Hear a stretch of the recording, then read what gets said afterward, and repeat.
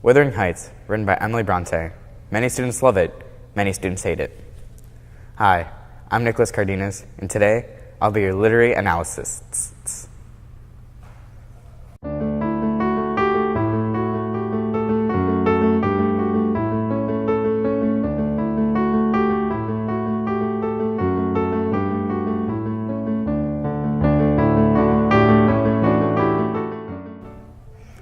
Hello, class. My theme is weather.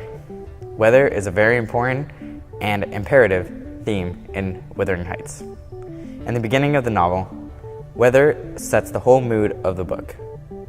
It is what sets the atmosphere and the mysteriousness of the two families, both the Lintons and the Earnshaws, including the mystery as to why Heathcliff is how he is.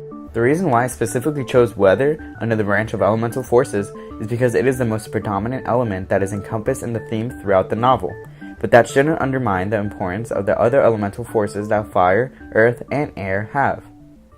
Fire represents the fiery emotions that both Catherine, Edgar, and especially Heathcliff have. It's the reason why there's so many conflicts, because so many type A personality people try to live in harmony.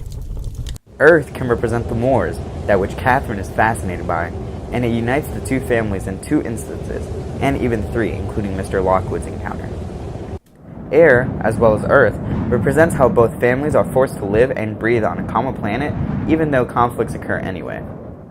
Emily Bronte uses her finesse in writing to write a merit-worthy novel in which the theme of weather is tied in with the characters in such a way that their emotions are displayed not only through the weather, but the weather serves as a way to foreshadow events that occur later on in the novel. One can see the importance that weather has in both chapters 1 and 2, right in the very beginning of the novel. When Lockwood encounters Wuthering Heights, he is trapped there for a couple of days because of the weather.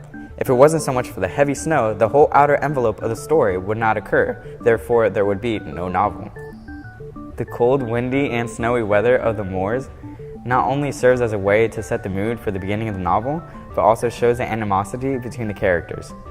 The theme of weather is shown in chapter 1, page 10, in the following quote. Wuthering, being a significant provincial adjective, descriptive of the atmospheric tumult to which its station is exposed to in stormy weather. Are they talking about the house? I think not. Continuing the choo-choo train theme of weather, in chapter 2, page 15, the following quote is a great example of not only weather in the novel, but as well as fantastic alliteration, as well as descriptive adjectives. Take a listen. I took my hat, and after a 4 miles walk, arrived at Heathcliff's garden gate, just in time to escape the first feathery flakes of a snow shower. The reason Emily Bronte included this alliteration in chapter 2 was to not only paint a vivid image for the reader, but as well set the mood that is crucial for the understanding of the whole novel as an entirety. In chapter 12, Kathy is very upset. She becomes upset when she finds out that Heathcliff has left after he has overheard the conversation Kathy had with Nellie. In chapter 12, Catherine, being Catherine, just being a dramatic little girl, what's new, even says and is so desperate to have the window open to alleviate her depression. She even says, "You won't give me a chance of life, you mean," she said, sullenly. "However, I'm not helpless yet. I'll open it myself." The fact that weather got her ill right when she was feeling almost borderline manic depression just shows how much of an example that weather is connected with the emotions between the characters in the novel. In chapter 34, the last chapter, Nellie finds Heathcliff dead, getting rained on all over on his face.